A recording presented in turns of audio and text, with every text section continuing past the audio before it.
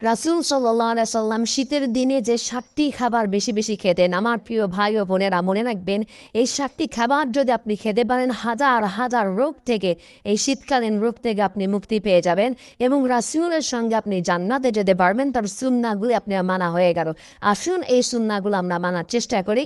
আমরা একে একে জানার চেষ্টা করব রাসূল সাল্লাল্লাহু আলাইহি সাল্লাম শীতের দিনে কোন খাবারগুলি বেশি খেতেন। ৭টি খাবার। ফার্স্ট, ১ নম্বরে হচ্ছে মধু বেশি বেশি পান করতেন। কারণ হলো মধুর ভিতরে আল্লাহ তাআলা অনেক রোগের ঔষধ রেখে দিয়েছে।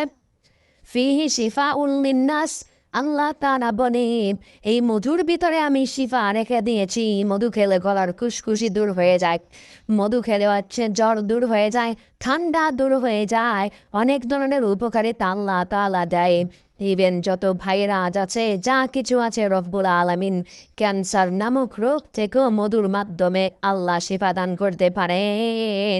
আবার প্রিয় ভাই বোনেরা, ২ নম্বরে রাসূল শীতের দিনে যে খাবার বেশি খেতেন সেটা হলো খেজুর বেশি বেশি খেতেন। কারণ এই খেজুরের ভিতরে হাজার হাজার উপকারিতা আমার আল্লাহ রব্বুল আলামিন রেখে দিয়েছে। তাই তো রাসূল বেশি বেশি খেতেন। আমরা সবসময় খেজুর খাওয়ার চেষ্টা করব। অনেকের ঘরের ভিতরে ১২ মাস খেজুর থাকে। আমাদের দেশে তো এখন ১২ মাস খেজুর পাওয়া যায়।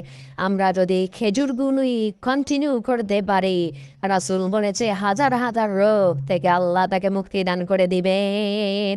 থার্ড লেভেলে ৩ নম্বরে রাসূল সাল্লাল্লাহু আলাইহি সাল্লাম যে খাবার বেশি খেতেন শীতের দিনে সেটি হচ্ছে গরম দুধ। দুধ খেতেন বেশি। এই যে দুধকে বলা হয় মিল্ক ইজ আইডিয়াল ফুড।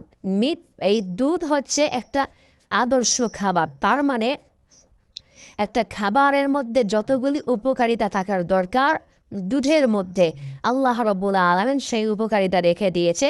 আল্লাহ রাব্বুল আলামিন আমাদের শীতের দিনে বেশি বেশি দুধ পান করার তৌফিক দান করেন, আমিন।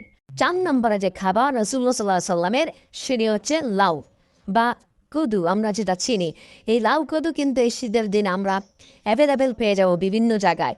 এই খাবারটি এটি বলা হয়েছে আমার যে জান্নাতি খাবার, মানে রাসূলের পছন্দনীয় খাবার। এই খাবারটিও যদি কেউ খেতে পারে, প্রাকৃতিক আল্লাহ রব্বুল আলামিন তার ভিতরে অনেক গুণাগুণ রেখে দিয়েছে। রব্বুল আলামিন এটার মাধ্যমেও শত শত রোগ থেকে আল্লাহ তাআলা মুক্তি দান করতে পারে।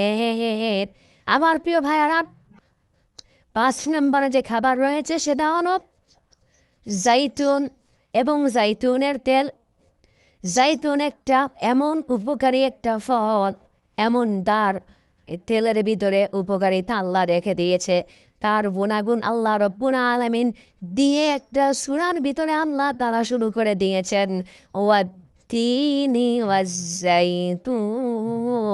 আল্লাহ তাআলা জাইতুনের কসম করেছে। তার মানে আমার প্রিয় ভাইয়েরা, এই জাইতুন যদি আমরা শীতের দিনে খেতে পারি বেশি বেশি, আল্লাহ রব্বুল আলামিন আমাদেরকে পরিপূর্ণ সুস্থতা দান করবে এবং রাসূলের সঙ্গে জান্নাতে যাওয়ার ব্যবস্থা করে দিবেন। সুবহানাল্লাহ। আমার প্রিয় ভাই বোনেরা, এরপরে ৬ নম্বরে যেই খাবারটি রয়েছে সেটি হচ্ছে যবের রুটি। এই যে আমরা কিন্তু অনেকে এটা চিনিও না, যবের রুটির ভিতরে অনেক উপকারিতা রয়েছে। আমরা কি খাই? ময়দা খাই, আমরা হচ্ছে আটা খাই, বিভিন্ন ধরনের খাবার আমরা খাই। আমরা হচ্ছে দোকানের রুটি খাই, কিন্তু যবের রুটি যদি কেউ খেতে পারে, এটার ভিতরে অনেক উপকারিতা রয়েছে। আল্লাহ রাব্বুল আলামিন আমাদেরকে এটি খাওয়ার তৌফিক দান করেন। ৭ নম্বরে যেটা সেটা হচ্ছে মাংস, দুম্বার মাংস বা অন্য কোনো বিফ খেতে পারি আমরা, বা চিকেন খেতে পারি। মাংস যদি খেতে পারি, আল্লাহ রাব্বুল আলামিন বলেছে অটোমেটিকলি মাংসর ভিতরে কিন্তু অনেক উপকারিতা আছে। গরু মাংসের ভিতরে ক্ষতিও আছে কিছুটা, চিকেনের মধ্যে কিছু ক্ষতিও আছে, উপকারিতা। ভাই মনে রাখবেন, প্রত্যেকটি খাবারের ভিতরেও কিছু সাইড এফেক্ট আছে। সাইড এফেক্ট সেটা আছে সবসময় সবাইকে না।